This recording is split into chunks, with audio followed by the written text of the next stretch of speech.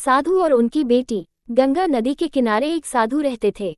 वे न केवल विद्वान थे बल्कि उनके पास जादुई शक्तियां भी थीं। एक दिन वे ध्यान में मग्न थे, तभी बाज की चोंच से एक चूहिया छूटकर उनके हाथों में आ गिरी। उसकी छोटी सी पूंछ व काली चमकीली आंखें थीं। उन्हें वह बहुत अच्छी लगी, पर घर ले जाने से पहले उन्होंने जादुई मंत्रों के प्रयोग से उसे एक लड़की में बदल दिया। वे उस लड़की को घर ले जाकर पत्नी से बोले, तुम हमेशा से संतान चाहती थी न, तो लो आज से यही हमारी पुत्री है, इसे पूरी देखभाल व स्नेह से पालो। साधु की पत्नी भी अपनी पुत्री को देख प्रसन्न हो उठी। वह उसे राजकुमारी की तरह पालने लगी। साल बीतते गए, नन्ही लड़की एक सुंदर युवती बन गई।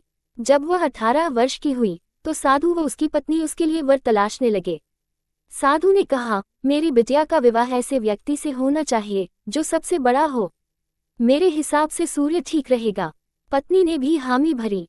उन्होंने जादुई मंत्रों के प्रयोग से सूर्य को नीचे बुला लिया। उन्होंने उसे अपनी पुत्री से विवाह करने को कहा, पर पुत्री ने पहले ही न कर दी। वह बोली, पिताजी, ये तो बहुत गर्म है, मैं उससे विवाह करूंगी जो इससे भी बेहतर हो। साधु निराश हो गए। उन्होंने सूर्य से कहा कि वे ही कोई वर सुझाएं। सूर्य ने कहा, बादलों के देवता से बड़ा कौन होगा, उनमें तो मेरी किरणों को भी रोकने की शक्ति है। साधु ने बादलों को नीचे बुलाया व अपनी पुत्री से विवाह करने को कहा, पर इस बार फिर पुत्री ने मना कर दिया। वह बोली, ये तो कितना बदसूरत है, मैं इससे विवाह नहीं कर सकती। साधु ने बादल देवता से कहा कि वही कोई अच्छा वर सुझा दें। वे बोले, पवन देवता ठीक रहेंगे, वे तो मुझे भी अपने फूंक से उड़ा देते हैं। साधु ने पवन देवता को बुलाकर अपनी पुत्री से विवाह करने को कहा। पुत्री ने फिर इनकार कर दिया। वह बोली, मैं इससे शादी नहीं करूंगी, ये तो कहीं टिकते नहीं, हमेशा यहाँ वहाँ भागते रहते हैं। साधु ने पवन देव से पूछा, क्या मेरी पुत्री के लिए ऐसा वर हो सकता है जो आपसे भी बेहतर हो? पवन देव ने कहा कि पर्वत देव मजबूत व ऊंचे हैं, वे मेरा भी रास्ता रोक देते हैं।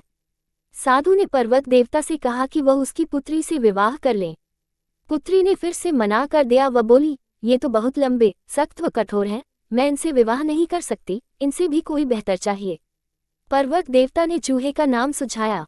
वे बोले, माना मैं काफी सख्त, मजबूत व ऊंचा हूँ, पर चूहे मुझमें भी आसानी से बिल बना सकते हैं।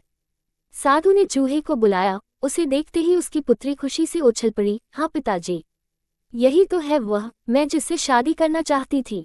साधु ने सोचा, इसे ही किस्मत कहते हैं। यह एक चूहिया थी और एक चूहे से विवाह करना ही इसके भाग्य में लिखा है। उन्होंने जादुई मंत्रों के प्रभाव से पुत्री को फिर से चूहिया बना दिया। चूहा व चूहिया विवाह करके खुशी खुशी रहने लगे। शिक्षा कोई भी अपने मूल स्वभाव को नहीं बदल सकता।